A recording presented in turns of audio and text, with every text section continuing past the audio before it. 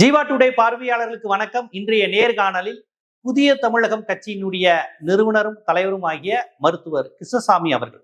Sir வணக்கம். வணக்கம். அண்ணாமலை அவர்கள் கட்சி தொடங்கி இருக்கிறாங்க. இப்ப அண்ணாமலை அவர்கள் பாஜகவின் முன்னாள் மாநில தலைவர், ஒரு பாஜக அமித்ஷாவுடைய ஆசீர்வாதத்தில் இருந்தவர். அவரை பற்றி சொல்லும் போது அந்த கர்நாடகாவில் இருந்த தேஜஸ்வி, அங்க ஒரு பாஜக தலைவருடைய நபர், அவருடைய ஆதரவாளருங்கிற ஒரு ஒரு ஒரு முத்திரையும் உண்டு. அவருக்கும் எடப்பாடிக்கும் ஒரு பிணக்கு. அதுக்கப்புறம் அவர் இந்த இந்த தேர்தலில் இருந்தாரு, ஆனா பெரிய லெவல்ல வேலை பார்க்கலன்னாங்க. இப்ப தனி கட்சிங்கிறாங்க. பாஜகவோட பிராக்சிங்கிற விமர்சனம் வருது. இல்ல திராவிட கட்சிக்கு எதிராக தான் வருவாருங்கிறாங்க. இல்ல இவர் பேட்டர்ன் கொஞ்சம் வேற மாதிரி போகுங்கிறாங்க.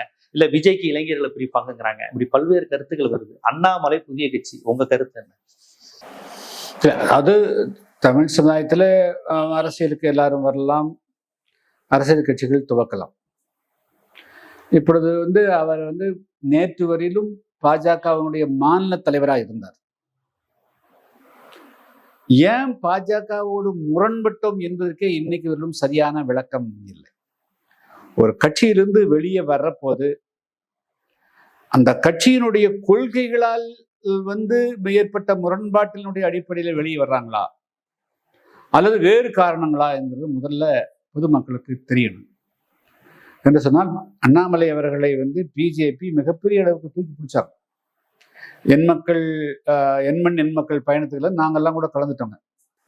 பல 100 கோடி ரூபாய், 500, 1000 கோடி ரூபாய் செலவழிச்சு தான் அவர் அதில் பிரபலியப்படுத்தப்பட்டார். பிஜேபி பிஜேபி ஃபண்ட் பண்ணி தான். அது இல்லாம அப்புறம் எப்படி இங்க அத்தனை விளம்பரம் கிடைச்சிருக்க முடியும்? எனவே ராமேஸ்வரத்தில் புறப்பட்ட அந்த எண் மக்கள் பயணத்துக்கு முழுமையாக பிஜேபி தான் அதுக்கு செலவழிச்சிருக்க முடியும். கட்சி தான் செலவழிச்சிருக்க முடியும். அது கட்சியினுடைய நிகழ்ச்சி. ஸோ அவ்வளவு தூரத்துக்கு அவர் மீது நம்பிக்கை வைத்து பிஜேபி அவருக்கு மாநில தலைவரை கொடுத்தது. அதுக்கு பிறகு அதுக்கு பிஜேபி நேஷனல் பார்ட்டி சில காரணங்களுக்காக மாற்றிருக்கலாம். அவருக்கு எதில் முரண்பாடு வந்தது, ஏன் வெளியே வந்தார், தனியா ஒரு அரசியல் கட்சியை துவக்கிற போது அதுக்குண்டான தெளிவான தொலைநோக்கு பார்வை என்ன, வாட் இஸ் ஹிஸ் மிஷன், அவருடைய விஷன் என்ன அப்படிங்கிறது இன்னும் முழுமையா தெரியல. நேற்று ஏதோ மது ஒழிக்கிறோன்னு சொல்லிட்டு வீத லீடர்ஸ்ன்னு சொல்லிட்டு இப்பொழுது ஒரு இளைஞர்களை கூட்டியிருக்கிறாங்க. பட்டு அவங்களுடைய ஸ்டெப்பு ஆச்சுங்களா, அதுலையும் கூட இன்னைக்கு இருக்கிற விஜய் அரசையும் கூட பல விஷயங்களை பாராட்டி தான் இருக்கிறாங்க. ஸோ அவங்களுடைய போக்கு எப்படி போகும், என்னவா போதும், தமிழ்நாட்டு மக்களுக்கு என்ன இப்போ இல்லை, என்ன கொடுக்க போகிறாங்க அப்படிங்கிறதெல்லாம் அவங்களுடைய போக போக அவர்கள் எடுத்து வைக்கக்கூடிய அடிகள் தான் தீர்மானிக்கூடியதாக இருக்கும். இருந்தாலும் கூட அவர் பிஜேபியோடு எதில் முரண்பட்டார் அப்படிங்கிறது வெளியே தெரிய வரையிலும் அவர் மீதான ஐயம் இருக்கதான் செய்யும். அவர் இந்த பாயிண்ட்ல நான் பிஜேபியோட முரண்பட்டேன், இனிமேல் இதோட I won't come back again, இந்த பாயிண்ட்டுக்கு மீண்டும் நான் திரும்பி எந்த சூழ்நிலையிலும் வரமாட்டேன் அப்படிங்கிறது தான் தெளிவுபடுத்தப்பட வேண்டியது. அது தெளிவுபடுத்தல, இப்போ வரையும் சொல்லல. அமித்ஷாவோட ஆசீர்வாதத்தை வாங்கிட்டு தானே அதெல்லாம் வேற தனிப்பட்ட. ஆனா எந்த புள்ளியில் அவருக்கும் பிஜேபிக்கும் முரண் ஏற்பட்டது, அதை அந்த புள்ளி தவறானது என்பதை தமிழ்நாட்டு மக்களுக்கு தெளிவுபடுத்த வேண்டிய பொறுப்பும், அந்த புள்ளிக்கு அவர் மீண்டும் திரும்பி வர மாட்டார் என்பதற்கும் வெளிப்படையா வந்தா தான் அவர் எங்க போவார், எப்படி போகும், இதனுடைய போக்கு எப்படி இருக்குன்னு சொல்ல முடியும். ஏன்னா நான் விலகுறேங்கிறத அமித்ஷாட்ட சந்திச்சு ஆசீர்வாதம் வாங்கிட்டு வந்தாருங்கிறாங்க. அதே சொல்றாங்க, அவர் எதுக்கு விலகுறேங்கிறது மெயில் அனுப்புனா போதாதா, டெல்லிக்கு போய் ஆசீர்வாதம் வாங்கிட்டா கட்சியை விட்டு விலகு, கட்சியை சேரும் போது இப்படி போவாங்க, கட்சியை விட்டு சண்டை போட்டு விலகுறப்ப இப்படியா விலகுவாங்கன்னு எல்லாரும் கேட்கிறாங்க. அதான் சொல்றேன், எதில் முரண்பட்டார் என்பது ஓப்பன் ஆகணும், டிரான்ஸ்பரண்டா இருக்கணும். நீங்க சொன்ன மாதிரியே அந்த காலம் நீங்க மட்டும் இல்ல, பலரும் விமர்சனம் வச்சாங்க. அந்த எண் மக்கள் எண்ணுக்கு ஏகப்பட்ட செலவு, கோடி கணக்கில் அந்த ரதம் போனதுல இவ்வளவு கோடி செலவு பண்ணி அண்ணாமலையை துன்பப்படுத்தும் போது பிஜேபி இப்படி கொஞ்ச நாள்லயே அவரை விட்டுருமா, தனியா ஒரு கட்சி ஆரம்பிக்க விட்டுருமா அப்படின்னு பாக்குறாங்க. அப்ப ஏதோ ஒரு பிஜேபி டச் இல்லாம இருக்குமான்னு எல்லாரும் கேட்கறாங்க, சந்தேகப்படுறாங்க. இல்ல, அந்த சந்தேகத்தை போக்க வேண்டிய பொறுப்பு அவரிடத்துல இருக்குதுங்க. மக்கள் அதை நம்பணும். அவர் பிஜேபியிலிருந்து வெளியே வந்துட்டாரு, இந்த புள்ளி இதுக்காகத்தான் பிஜேபிக்கு எதிராகத்தான் அவர் களம் காண்றாரு ஆச்சுங்களா. அப்படிங்கிறது அது எந்த புள்ளியில் ஒரு மாறுபட்டால் எந்த புள்ளியில் அப்படிங்கிறது வந்து வெளியே பொதுமக்களுக்கு தெரிஞ்சாதான் நாமே அந்த கருத்தையே சொல்ல முடியுங்க. இப்ப அதனால வந்து ஒரு இயக்கத்தை ஆரம்பிச்சிட்டாருன்னே ஒன்றும் சொல்ல முடியாது. எந்த ஓகே இந்த லட்சியத்துக்காக இந்த குறிக்கோள் பிஜேபியினுடைய குறிக்கோள் இருந்து அவர் மாறுபடுகிறார், இது தமிழ்நாட்டு மக்களுக்கும் இந்திய மக்களுக்கும் அதற்கு நன்மை வைக்கக்கூடியது அப்படிங்கிறது அப்பதான் நாம தெளிவுபடுத்த முடியும். அதுவரையிலும் அது ஒரு குழப்பமானதாகவோ ஒரு சந்தேகத்துக்குரியதாகவோ தான் பார்க்க முடியும். ஒரு சந்தேகமா தான் பார்க்க முடியும் என்ன கணக்கு அப்படிங்கிற தெளிவுபடுத்த வேண்டிய பொறுப்பு ஒருவேளை வந்து சமுதாய இயக்கமெல்லாம் கட்சியா வந்த பிறகு தெளிவுபடுத்துவாரான்னு சொல்ல முடியாது. ஆனா அந்த புள்ளி என்ன புள்ளிங்கிறது வந்து தமிழ்நாட்டு மக்களுக்கு தெரியணும். இப்ப விஜய்க்கும் கூட்டம் கூடுது, அண்ணாமலைக்கும் கூட்டம் கூடுது, இளைஞர்கள்ட்ட ஏற்கனவே இருக்கிற கட்சிகள் மீது நம்பிக்கை இல்லையா? இது எப்படி புரிஞ்சுக்கிறது?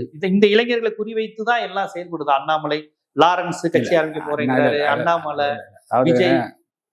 விஜய்க்கு கூடுற கூட்டம் என்பது வேறு, அண்ணாமலைக்கு கூட்டம் கூடியது என்பது வேறு.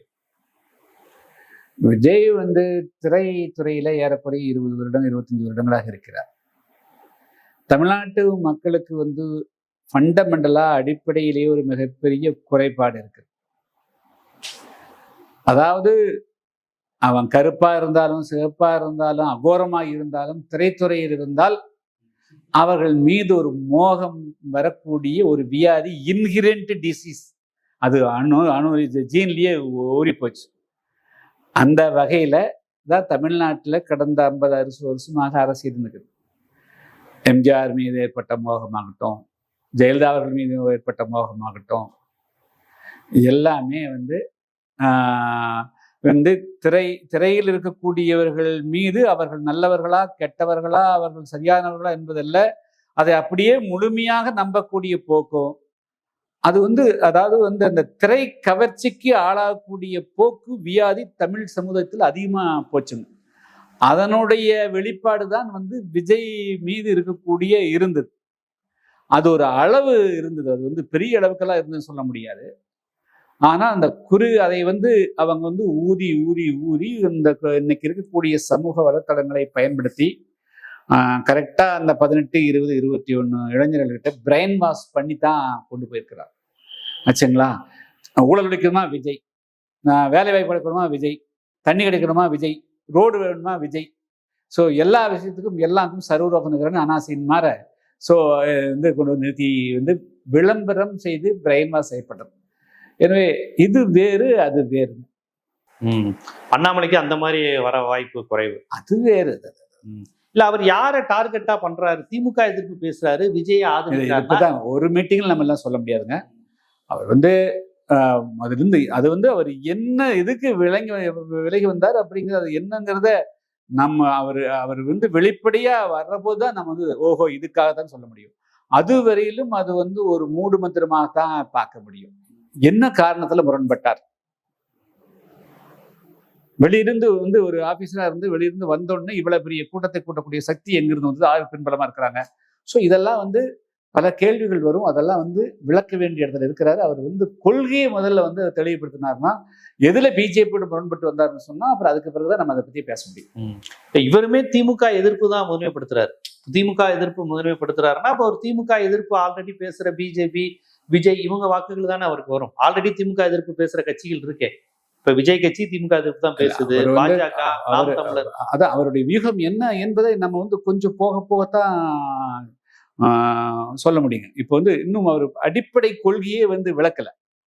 அண்ணாமலை வந்து பிஜேபியில் இருந்த போது அவர் மீது வந்து ஒரு செக்ஷன் ஆஃப் த பீப்புள் யங்ஸ்டர்ஸோ எல்லாருமே அவர் மீது ஒரு பற்று கொண்டார்கள், பாசம் கொண்டார்கள். இப்பொழுது அந்த செக்ஷன் வந்து பிஜேபி இப்போ 30 வருஷம் 40 வருஷம் இருந்தவங்க கூட அது விலகி இவர் பின்னாடி வந்திருக்கிறாங்க. இவர் என்ன கொடுக்க போறாரு, என்ன கொடுக்கறதுக்காக வந்திருக்கிறாருங்கிறது இன்னும் வெளிப்படையா சொல்லல. தன் ஆதரவாளரை வைத்து ஒரு சமூக என்ஜிஓ போல ஒரு தொண்டு நிறுவனத்தை இப்பொழுது துவங்கி இருக்கிறாரு. ஸோ அது எப்பொழுது அரசியல் கட்சியா மாறும், அது மாறுற போது என்ன கொள்கைங்கிறத பார்த்துட்டு தான் நம்ம சொல்ல முடியும். அது வெறும் ஒரு பெருசா நம்ம அலட்டிக்கொள்ள வேண்டிய அவசியம் இல்லை. பெரிய லெவலில் ஒரு தாக்கத்தை ஏற்படுத்த மாட்டார். அதுக்கு நம்ம பார்க்க வேண்டியதில்லை. அவர் அரசியல் கட்சியா துவங்குற போது தன்னுடைய கொள்கை என்ன சொல்றாருன்னு அதை பார்க்கலாம். தமிழ்நாட்டில் எல்லாமே ஒரு கவர்ச்சியின் பால் தான் போறாங்களே தவிர இன்னும் வந்து அதுவும் ஒரு விதமான கவர்ச்சியாகவே தான் பார்க்கப்படுகிறது தவிர ஆழ்ந்த கொள்கை என்ன, அடித்தளத்துல நம்ம எந்த பிரச்சனைக்கு என்ன யாரு போரிட்டாங்க, சாதாரண மக்கள் ஏழை எளிய மக்களுடைய எந்த பிரச்சனையோடு அவர்கள் நின்றார்கள் என்பதுதான் தெரியாம தான் பல பேர் போறாங்க. அது தமிழ்நாட்டு இளைஞர்களுடைய பலகீனங்கள். இல்ல இப்ப இவருக்கு ஒரு பெரும்பான்மை சமூகத்தை சேர்ந்தவர்கள் தமிழ்நாட்டுல கட்சி தொடங்குவதுல பல்வேறு சிக்கல்களும் இருக்கு, அட்வான்டேஜும் இருக்கு. அதாவது ஒரு கூட்டம் எளிமையா கிடைச்சிடும். ஆனா பெரிய லெவல்ல தலைமை பொறுப்புக்கு பெரும்பான்மை சமூகத்தை சேர்ந்தவங்க வர்றதுங்கிறது தமிழ்நாட்டு வரலாற்றுல ரொம்ப அரிது. இப்ப இவர் ரொம்ப வெளிப்படையா எடப்பாடிக்கு இவருக்குமே அந்த அந்த சார்ந்து ஒரே இதுங்கிறது ஒரு போட்டியா இருந்ததா சொன்னாங்க. இப்ப இவருடைய கான்செப்ட் எப்படி பாக்குறீங்க? ஒரு மேற்கு மன்றத்துல ஒரு தாக்கத்தை ஏற்படுத்தி இல்ல நான் ஒரு அங்க ஏடிஎம்கே பலவீனமா இருக்கிற இடத்துல அந்த தலைமை அந்த கான்செப்டை குறி வைக்கிற இடமா இருக்குமா? இல்ல அவர் அவருடைய அல்டிமேட் அவருடைய லட்சியம் என்ன, கொள்கை என்ன, கோட்பாடு என்னங்கிறது இன்னும் அவர் முழுமையாக வெளிப்படுத்தல. என்னுடைய பார்த்து பிஜேபியோடு எந்த விஷயத்தில் அவர் முரண்படுகிறார் அப்படிங்கிறது நம்மளுக்கு ஒண்ணு தெளிவு இருந்தாதான், அதுக்கு மாற்றா என்ன சொல்ற வருகிறார் அப்படிங்கிறது தெரிஞ்சாதான் அதன் மீது நம்ம வலுவான ஒரு கருத்தை வைக்க முடியும். இன்று ஒரு சமூக ஒரு பி த லீடர்ஸ், நான் இளைஞர்களை திருத்துறேன், போதை பழக்கம் இல்லாம கொண்டு போறேன், இதெல்லாம் சாதாரணமா எல்லாருமே எல்லா அரசியல் கட்சிகளுமே சொல்லக்கூடிய விஷயங்கள். இதை வைத்து நம்ம அவரை கடுமையா விமர்சனம் செய்யறதோ அல்லது குறைத்து சொல்வதோ சொல்ல முடியாது. சமூக அமைப்பாக இருக்கிறவர்களும் சமூக துண்டாட்ட நேற்று நாங்களே குப்பையை போடல, குப்பையை எடுத்துக்கணும்னு சொல்லி போறாங்க. இவைகள் எல்லாம் மிக மிக அரிச்சுவடியான விஷயங்கள். அவர் கட்சிக்கு தொடங்குற போது என்ன லைன் எடுக்கிறாருங்கிறது பார்த்தா அதுக்கு பார்த்தா நம்ம விமர்சனமே செய்ய முடியும். ஓகே, இப்போதைக்கு அவருடைய சமூகம் அவருக்கு பலமா இருக்குன்னு சொல்லலாமா? அதே நம்ம இப்பெல்லாம் சமூக ஒரு சாதியை சார்ந்தா மதத்தை சார்ந்தா அதான் அவருடைய லைனை இன்னும் கிளியர் பண்ணலீங்க.